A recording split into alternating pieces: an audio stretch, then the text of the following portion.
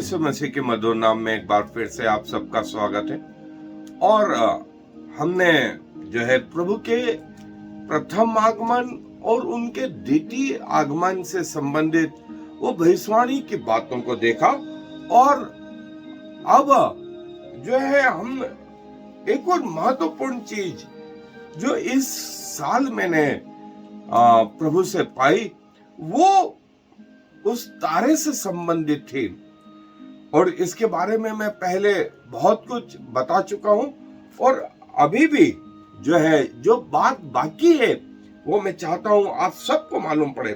और जैसा कि मत्ती रचित सुसमाचार उसका 2 अध्याय और उसके पहली आयत से जो है मैं वो हिस्सा पढ़ रहा हूं।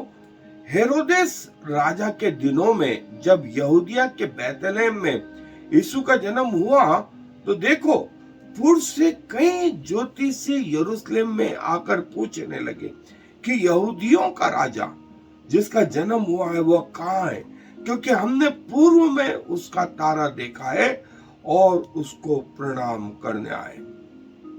और यह सुनकर हेरोदेस राजा और उसके साथ सारा यरूशलेम घबरा गया और उसने लोगों के सब महायाजकों और शास्त्रियों को इकट्ठा करके उनसे पूछा कि मसीह का जन्म कहाँ होना चाहिए। उन्होंने उससे कहा यहूदिया के बैतलहम में, क्योंकि भविष्यवक्ता के द्वारा यूं लिखा गया है कि हे बैतलहम जो यहूदा के देश में, तो किसी रीति से यहूदा के अधिकारियों में सबसे छोटा नहीं, क्योंकि तुझ में से एक अधिपति निकलेगा जो मेरी प्रजा इजराइल की रखवाली करेगा।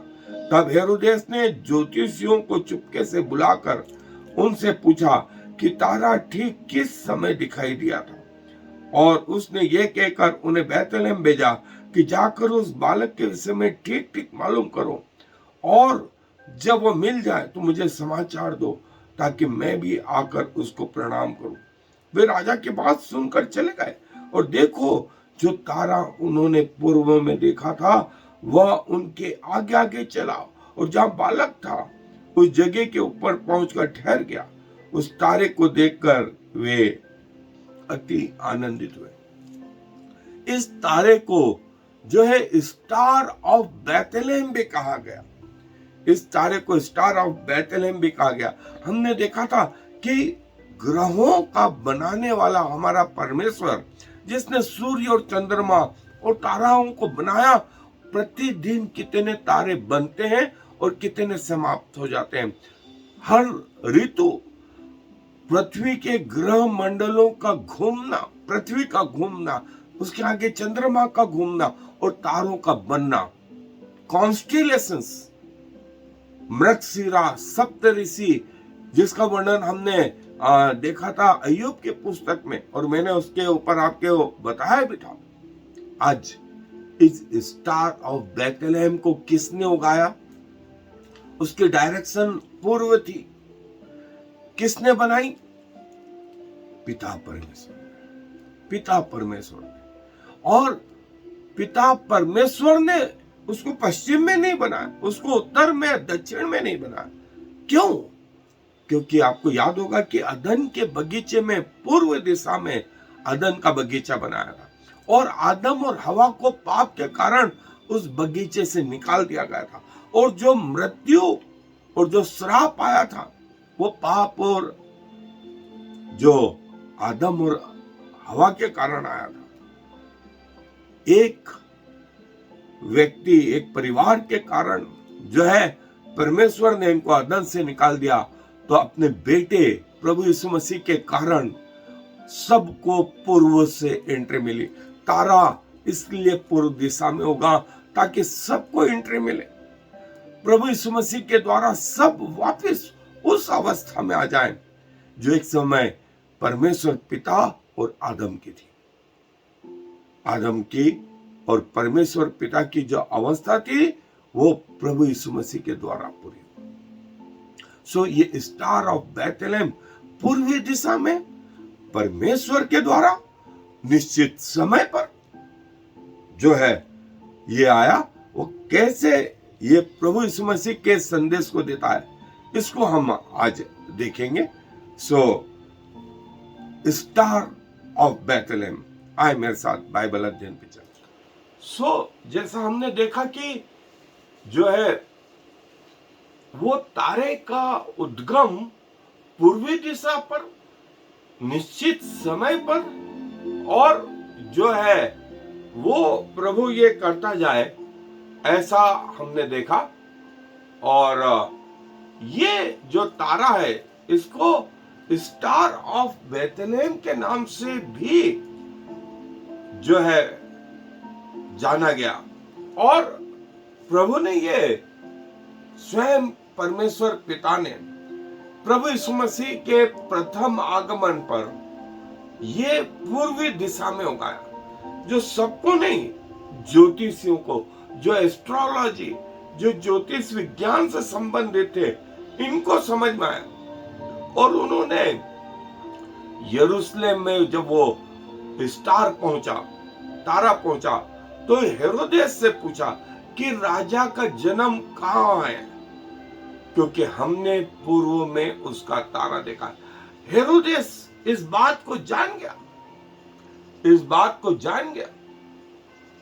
और जो है मिकाया नबी की पुस्तक में जो भविष्यवाणी थी कि हे यहूदा के बेथलेहम, तू छोटा नहीं, तू बड़ा है।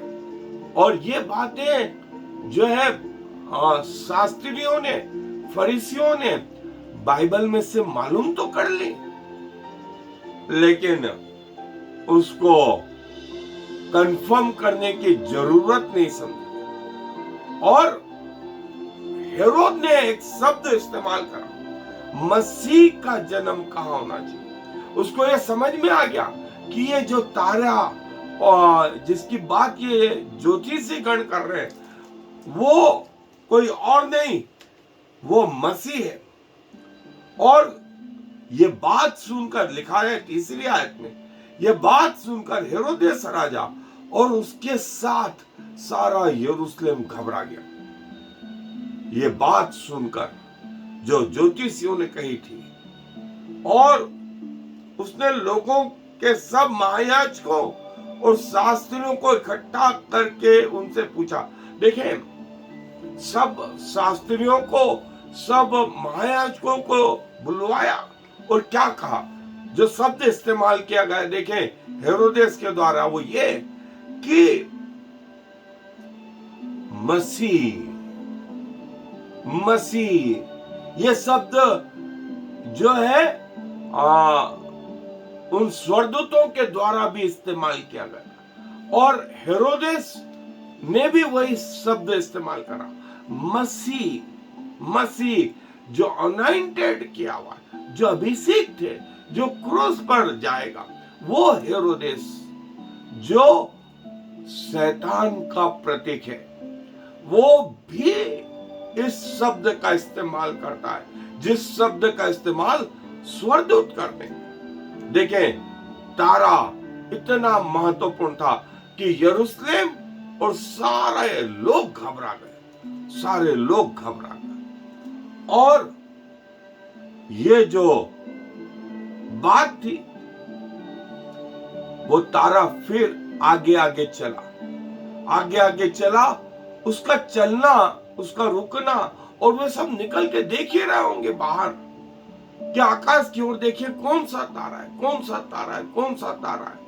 लेकिन किसी को कुछ समझ में नहीं पड़ रही। जो बात की ज्योतिषियों को समझ में पड़ रही, निकल के देखा ही होगा, लोगों ने देखा ही होगा, लेकिन समझ में नहीं आया। सो हेरोदेस ने बुला के पूछा किस समय ये तारा दिखाई दिया। और उसके बाद हेरोदेस ने कहा कि जब वो तुम्हें मिल जाए तो मुझे वापस बताना कि मैं भी आकर के उसको दंडवत करूं। हेरोदेस, जो मैंने पहले बताया, ड्यूअल पॉलिसी वाला, दोहरे चरित्र वाला व्यक्ति था। उसके अंदर उसको मार डालने की जो है मनसा थी, और बाहरी रीति से वो बोल रहा था मैं जाके वर्शिप करूं। देखें, आज लोग ये जीवन जी रहे हैं, बोलते कुछ है, करते कुछ है, और तारे के उन्होंने आकाश में देखा, उन्हें किसी को समझ में नहीं पड़ा। ये समझ में सिर्फ ज्योतिषियों को पड़ा, वो कहाँ ठहरा है, कहाँ चल रहा है, वहां जाकर के। और जब वो तारा उन्होंने फिर से देखा तो वह फिर आनंदित हुए, फिर से आनंदित हुए, और वह फिर से उसके पीछे पीछे चलने लगे। और वेस्टर्न कल्चर में जनवरी 6 को ऐसा माना जाता है, इपिफेनी का ये दिन जो है, जिस दिन ये ज्योतिषी जो है उस प्रभु के दर्शन करने को पाते हैं। और जैसा मैंने बताया कि एस्ट्रोलॉजी या ज्योतिष विज्ञान के अनुसार वो तारा जो है सितंबर 10 से 13 के बीच में दिखाई दिया, सितंबर 10 से 13 के बीच में। और ये लोग करीब 4 महीने का सफर करके वहां तक आए। पूरा सितंबर, अक्टूबर, नवंबर, दिसंबर और जनवरी 6 को पहुंचे। तारा इनके लिए 4 महीने का जो है ट्रेवलिंग जो है करता रहा। और देखें, ये किसने उगाया था? ये उसी परमेश्वर ने, जिसने सूर्य को बनाया, जिसने चंद्रमा को बनाया, जिसने तारागणों को बनाया, जो तारागणों को नाम ले लेकर के बुलाता। ये परमेश्वर की अद्भुत योजना जो आकाश में प्रकट हुई।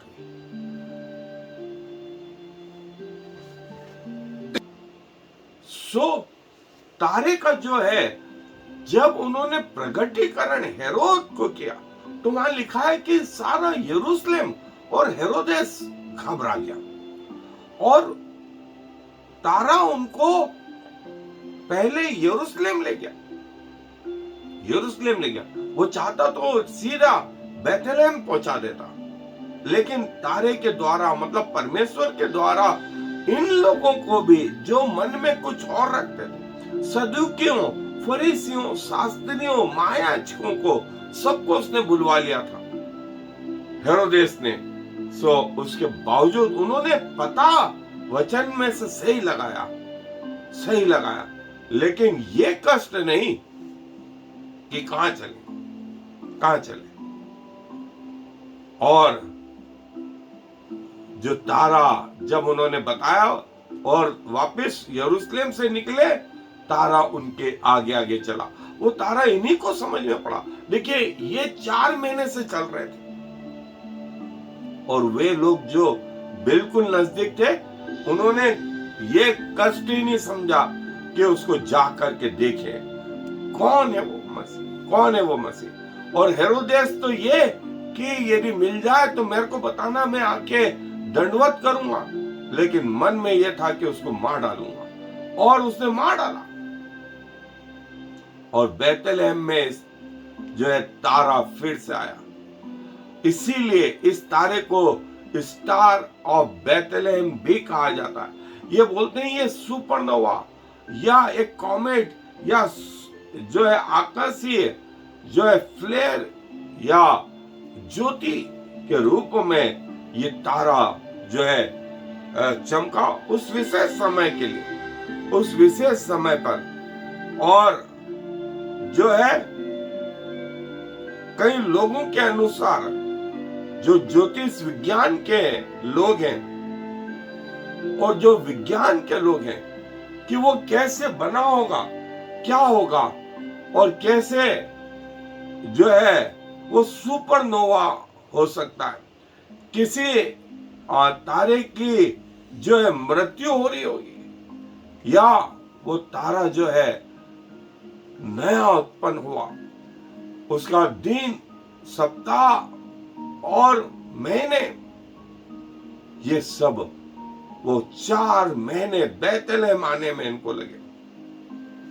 और ये तारा 4 महीने तक इनकी अगुवाई करता रहा। मार्ग नहीं मालूम था इनको, लेकिन वो तारा इनके अगुवाई करता रहा। और जो है, जो इन्होंने कहा, इसके बारे में कई लोग अध्ययन करने लगे, और ये कि हाँ, वो अद्भुत तारा जो है प्रकट तो हुआ था। ज्योतिष विज्ञान के अनुसार उसको क्रिसमस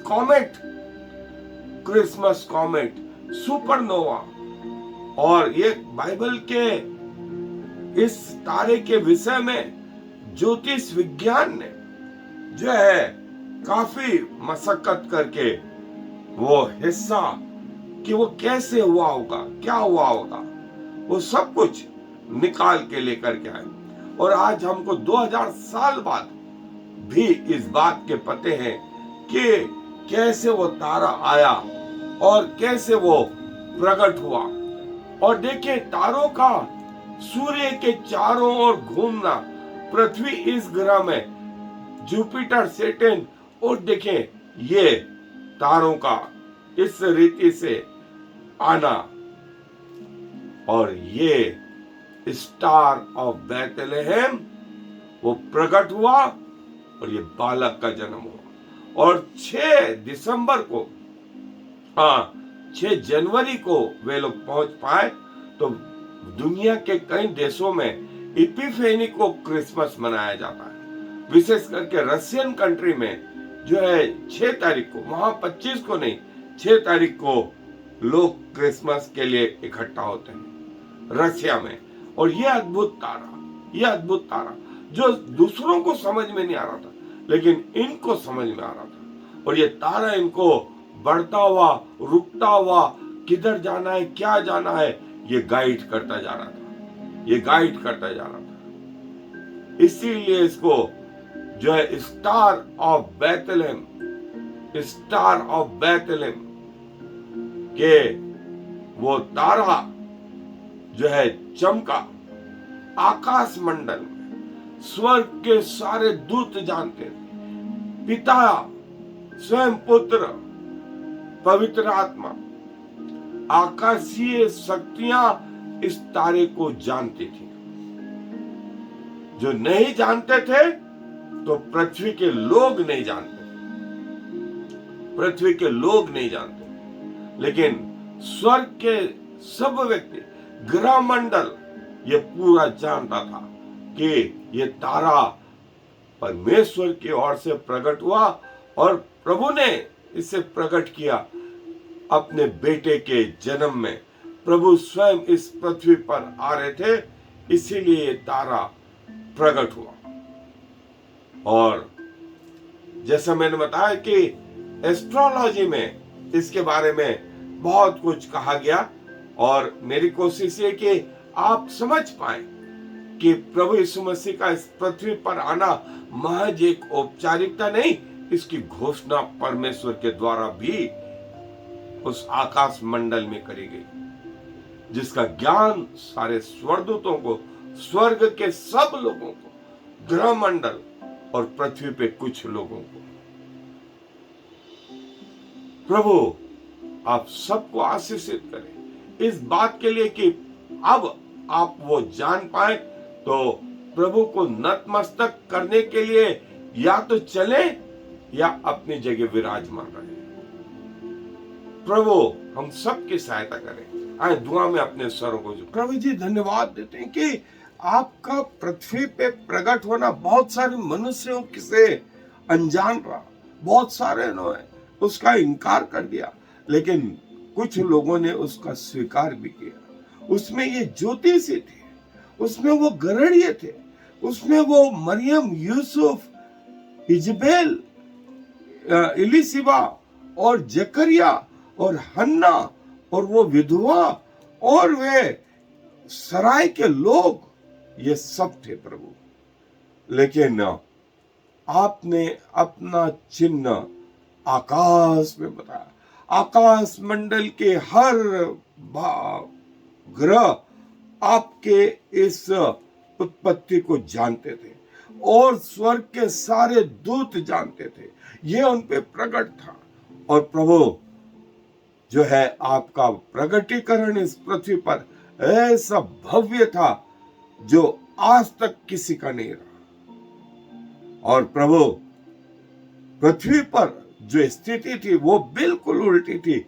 स्वर्ग से आप चरनी में जन्म लिए, इसलिए कि चरनी के लेवल के लोगों को भी आप उनके लिए भी आए, आप ज्योतिषियों पे भी प्रकट हो, ताकि समाज के पढ़े लिखे लोग भी आपको जानने पाए और कहीं और लोग भी आपको जानने पाए। सो प्रभु, हम आप सबका विशेष करके आपकी योजनाओं का, भविष्य की योजनाओं का हम धन्यवाद करते, और उसी योजना के कारण आज हम आपके बेटे और बेटियां हैं प्रभु। हम में कोई योग्यता नहीं, लेकिन आपकी दया के कारण आप आए, आपके अनुग्रह के कारण, आपके प्रेम के कारण आपके नजदीक आप आए। अपने आप को धन्य समझते और अपना शरीर, प्राण, आत्मा आपको समर्पित करते हुए इस विनती को प्रभु यीशु मसीह के नाम से मांग लेते। आमीन और फिर आमीन। Shema Yisrael Yahweh Eloheinu Yahweh Echad. Hear, O Israel, the Lord is our God, the Lord alone.